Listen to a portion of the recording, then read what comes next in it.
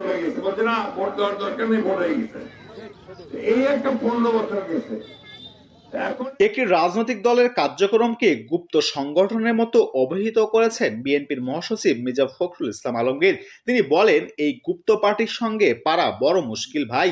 গুপ্ত party থেকে সাবধানে থাকতে হবে, ওদের দেখতে হয় কোন দিকে যাচ্ছে, কি করে।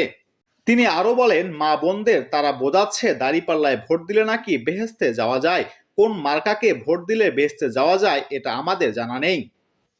বিকেলে ঠাকুরগাঁও সদর উপজেলার সালনন্দ ইউনিয়নের সিঙ্গাপাড়া গ্রামে নির্বাচনী সভায় তিনি এই মন্তব্য করেন। মির্জা ফখরুল ইসলাম আলমগীর বলেন, ঠাকুরগাঁও 1 আসনের সংসদ সদস্য নির্বাচিত হলে তিনি ঠাকুরগাঁয়ে উন্নয়ন করবেন। তিনি আরো বলেন, মনে হচ্ছে অদৃশ্য একটা শক্তির সঙ্গে নির্বাচন করছি।